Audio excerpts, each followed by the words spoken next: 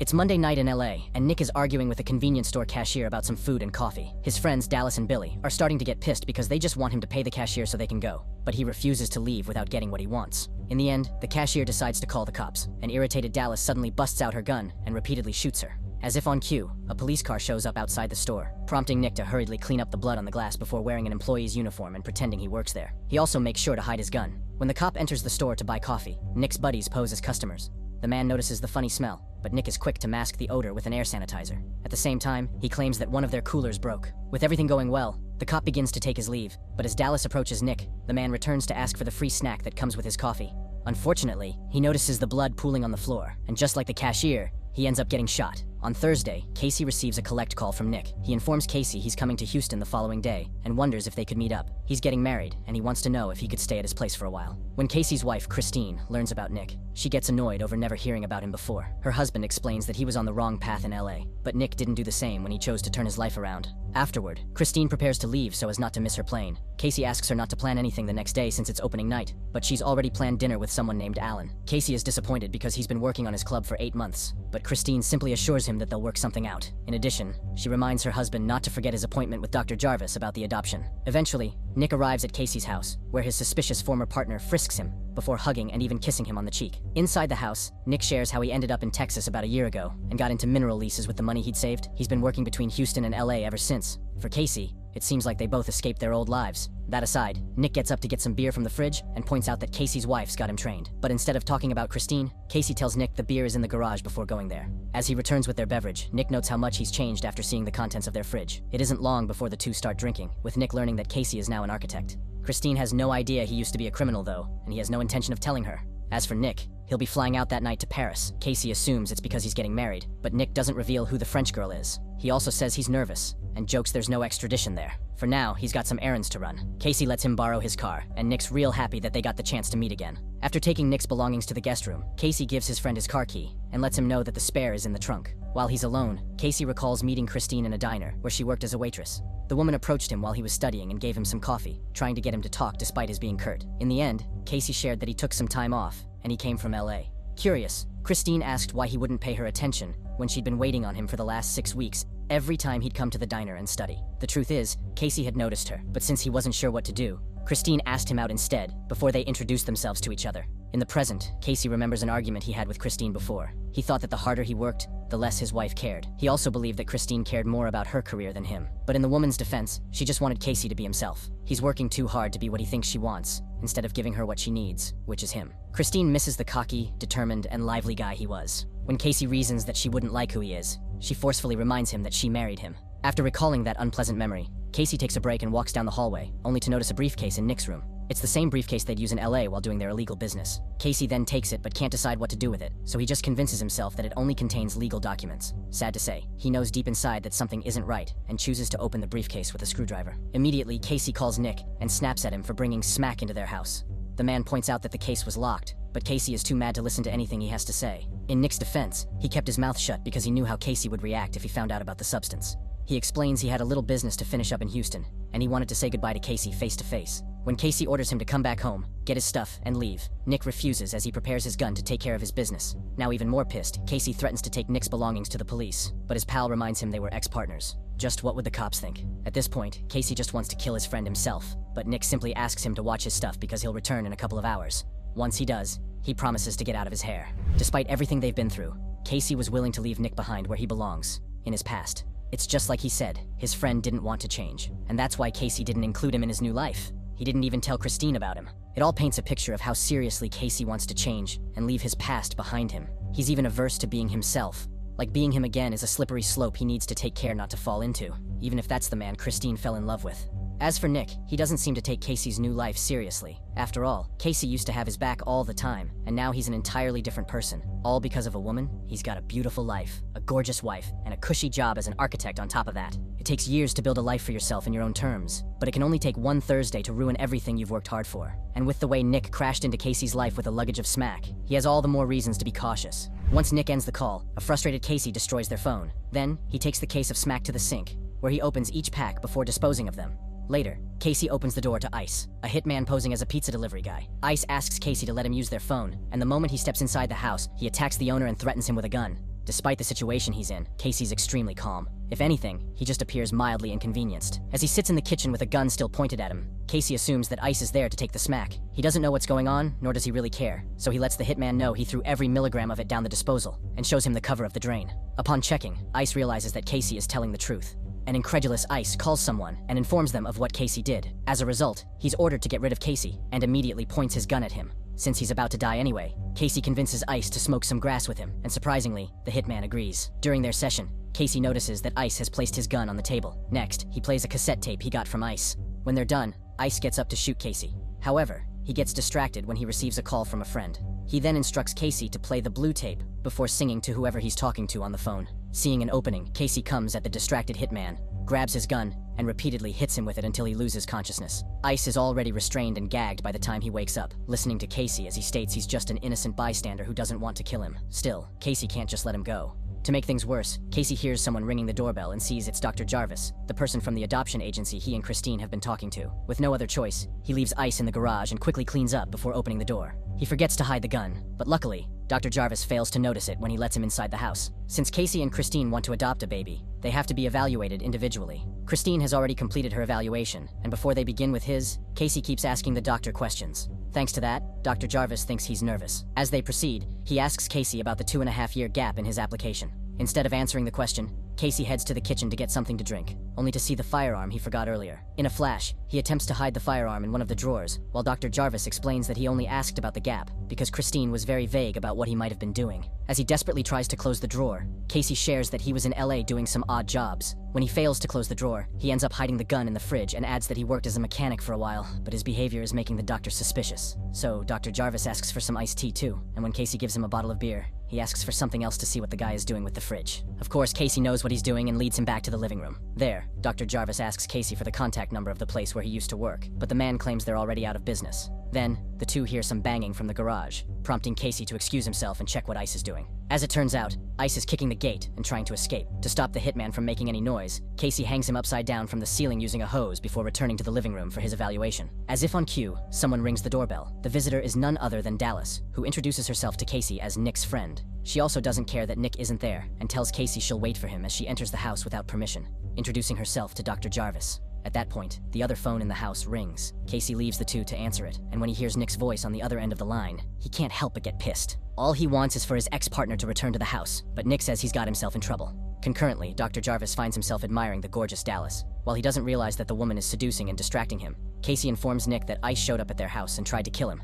Now, Dallas is there too. He demands to know what's going on, but all Nick tells him is not to give Dallas his stuff. Well, Casey doesn't have it anymore because he flushed everything down the sink, leaving Nick dumbfounded. In the living room, Dallas enthusiastically shares her adventures in LA with the doctor. Casey then returns and orders her to go, but he's forced to leave the two again to answer the phone for the second time. As he talks to his wife on the phone, Dr. Jarvis asks Dallas if she knew Casey when he was in LA. The thing is, Dallas heard of Casey's work, and she wonders if that's the reason why the doctor is in that house. Upon meeting Nick, Dallas learned about Casey. A guy named Jimmy set up a meeting between the two men and the infamous Lester James, aka Ballpeen, who, according to Nick, liked punishing people with a ball-peen hammer. They instantly got down to business and showed Ballpeen the stuff they were selling, which the man liked. So, he paid Casey and Nick before having his lackey, Derek, test the rest of the product. As Jimmy counted the money, Casey accepted a cigarette from Ballpeen and talked about the bad guy he'd heard of, who enjoyed hitting people with his ball-peen hammer. Casey was curious if it was true that doctors had to reattach the flagpole of his Netherlands because it was bitten off by a woman he humiliated, and he wanted to know how that happened. It's a story he heard from Nick, by the way. That said, he continued throwing insults at Ballpeen. Meanwhile, Derek announced they had a problem.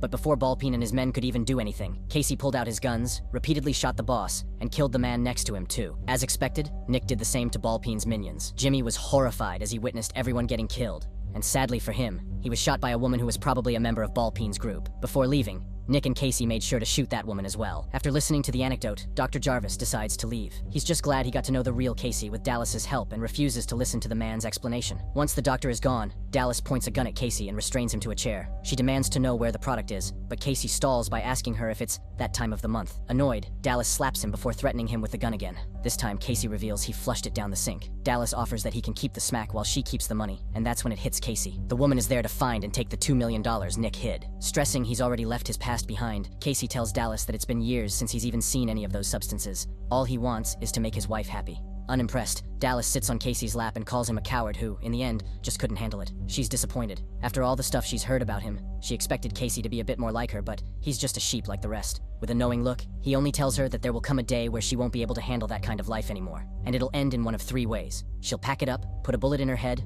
or have someone else do it. Unmoved, Dallas just calls him a coward, prompting Casey to ask if Nick told her about the woman in Balpeen's apartment. As it turns out, the woman that Nick and Casey shot at Balpeen's place was 7 to 8 months pregnant. But because she was already dead, Nick suggested they just flee. At that moment, Casey made it clear to his friend that he was done partaking in this illegal business. Despite being your average white-collar, bills-paying suburbanite, Casey used to be right at home in his life of crime until he took it too far and got an innocent involved. Dallas is clearly different from him. She doesn't have a conscience, and with the way she called him sheep for turning to a normal life, she clearly takes pride in her criminal status. Perhaps it's less so being a criminal, and more about being free. When Casey had his back turned to the law, he could do whatever he wanted. Money came in fast. He wasn't subjected to a monotonous grind. But the price it came with was too much for him, and based on what he told Dallas, he was going to off himself if he didn't change. Perhaps that's why he's real calm about looking a gun straight down its barrel. And now, Casey's knee-deep into it. He even agreed to adopting a child, which is a process that will put him under immense scrutiny to see if he's really the kind of man who deserves to have a kid. It was supposed to be the culmination of all his efforts to purge his old life out of his system, but all it took was Dallas having a few minutes with the doctor to ruin things.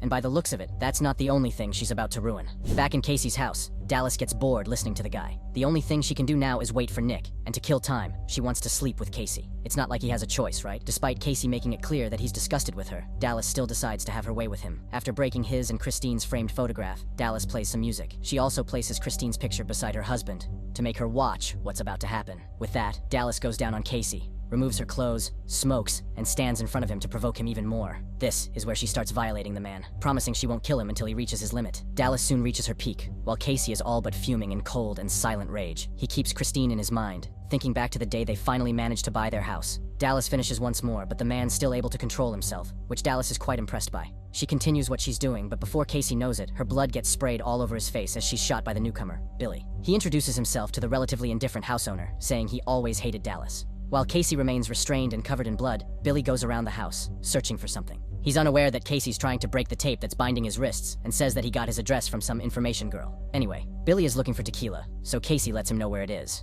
After having a drink, Billy removes his shirt and gets a circular saw from his bag to make it clear to Casey that he'll mess him up regardless of what he tells him. He knows that Casey threw out the smack, and he assumes the guy has no idea where the money is either. Since he's got nothing better to do, he'll just wait for Nick there. While they both wait, Billy plans to cut and cauterize his wounds. The truth is, Billy blames Nick for all this. If he hadn't tried to double-cross him and Dallas, he wouldn't be there. He tries to wound Casey, but he hears the cops arriving, so he peeks through the window. Sadly for Casey, they're looking for someone else next door. Getting dressed, Billy puts tape over the man's mouth and leaves to check what's going on. Finally, Casey manages to free himself, and without any time to waste, he grabs a frying pan and hides it before returning to his seat. He also remembers that there's a gun in the fridge. When Billy comes back, he takes his tools again and prepares to hurt Casey, but he notices a piece of torn tape on the table. So, Casey moves quickly and hits Billy multiple times with the frying pan he's holding, making sure he won't be able to get up anymore. After that, he takes the man's gun and points it at him, but he can't bring himself to shoot him, and just drops the weapon. He just hangs Billy's body next to ice before answering Nick's call. Simply put, he's having a bad day because of him and his friends, which he shares with his old chum. And to top it all off, his guest turned his house into what can only be described as an early gothic horror show. From a payphone somewhere, Nick simply smiles and dismissively says he doesn't have the time for this. He's dead.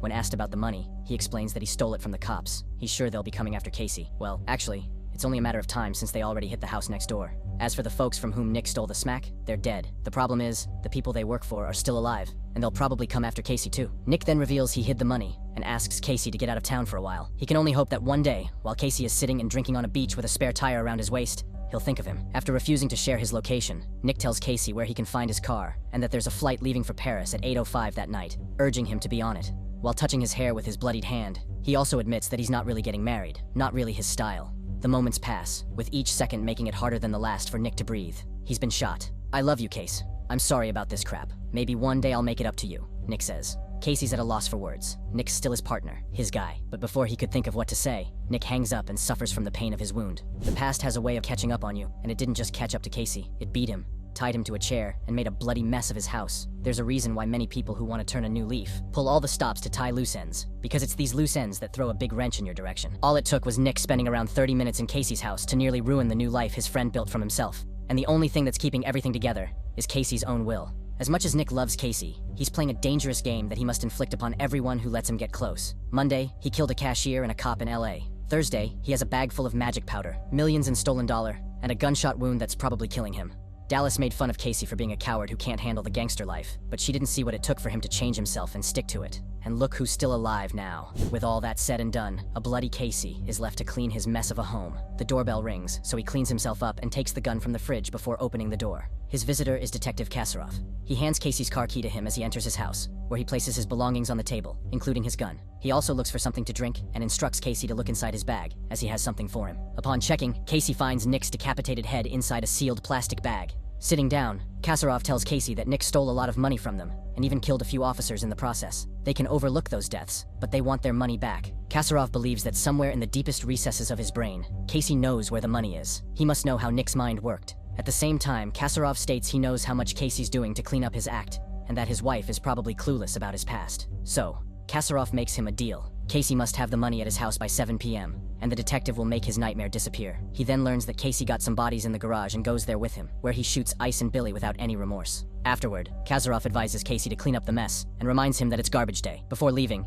he suggests that Casey try really hard to look for the money. Once the detective is gone, Casey starts cleaning again. He uses the circular saw to make it easier for him to place the dead bodies in several trash bags and throw them outside. He also sees his car that Nick borrowed, which Kassaroff used to get there. This is where he remembers Nick's words earlier. Taking the vehicle to the garage, Casey opens his spare tire with a knife and finds the money that Nick stole inside it. In addition, he discovers a wedding present from Nick and a note wherein his friend apologized for missing his wedding. He then checks the watch he's received from Nick, with a note engraved on the back that tells him never to forget who he is. For all his faults, Nick truly did love him, and Casey smiles. Later, Casey uses Ice's phone to call his boss and informs them he killed the hitman. He claims he has their stuff and that he's auctioning it off at his house at 7 p.m.